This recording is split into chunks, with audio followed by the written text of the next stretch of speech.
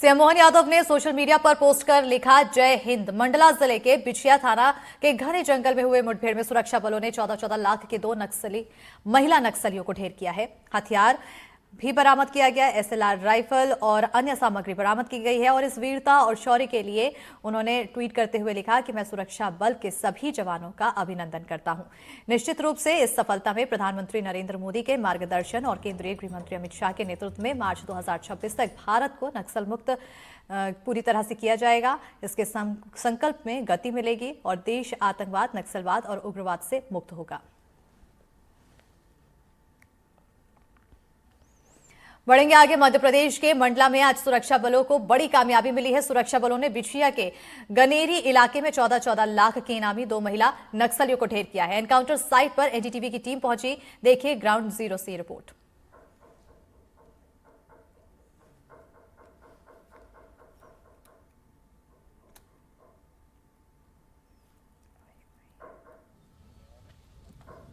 हम इस वक्त खड़े हैं, ये भिलवानी का कैंप है।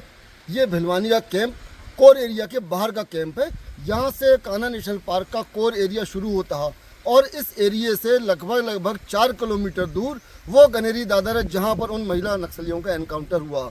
ममता और प्रमिला, ये दोनों महिला नक्सली कान्हा भैरव देव दलम की सदस्य हैं और एक प्रमिला जो है कान्हा भैरव देव के सचिव की पत्नी है।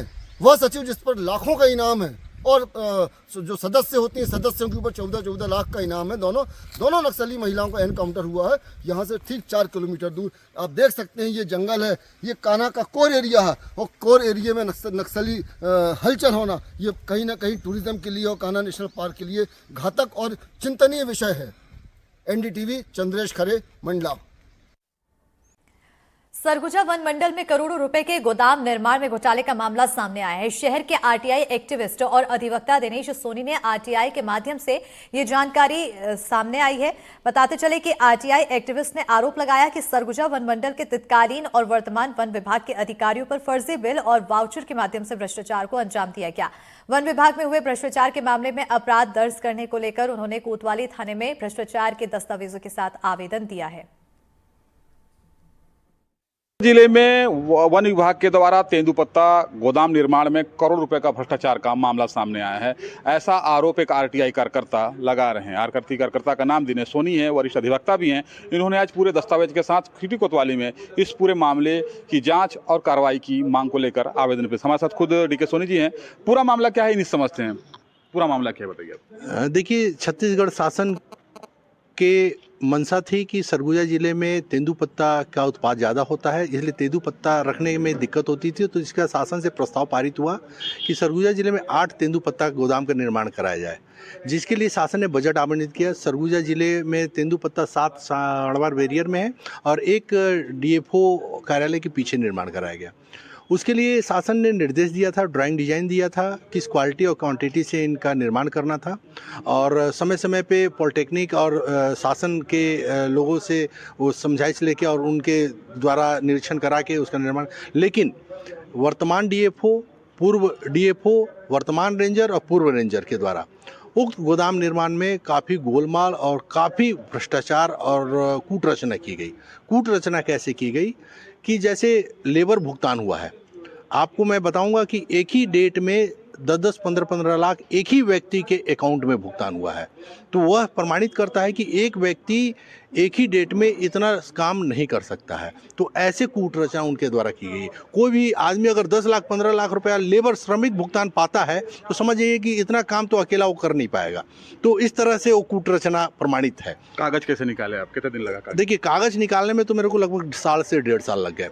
मैं जब निर्माण हो रहा था उसी समय मैंने आवंटन आदेश से सब मांगा, तो इनके द्वारा जानकारी नहीं दी गई। मेरे द्वारा सूचना के अधिकार के तहत आवेदन लगाया गया, उसके बाद नहीं दी गई। मैं अपील किया, अपील में नहीं तो मैंने राज्य सूचना आयोग गया, तो राज्य सूचना आयोग के आदेश के बाद इनके द्वारा जानकारी दी गई और जो जानकारी दी गई उसका निरीक्षण किया गया, पूरी जांच की गई।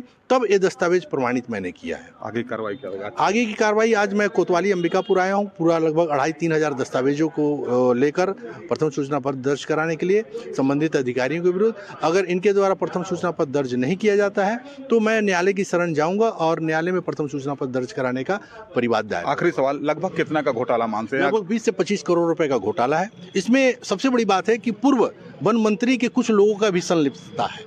रायपुर से आते थे और निर्माण करवाते थे, और जो मैं लेबरों का नाम बता रहा हूँ ना, वो लेबर के नाम ऐसे नाम है कि जो यहाँ उस नाम के कोई व्यक्ति आपको नहीं मिलेगा। उसकी भी विधिवत जांच कराई जाए और उन लेबरों के विरुद्ध, श्रमिकों जिनको राशि भुगतान, उनके विरुद्ध भी FIR दर्ज होना चाहिए।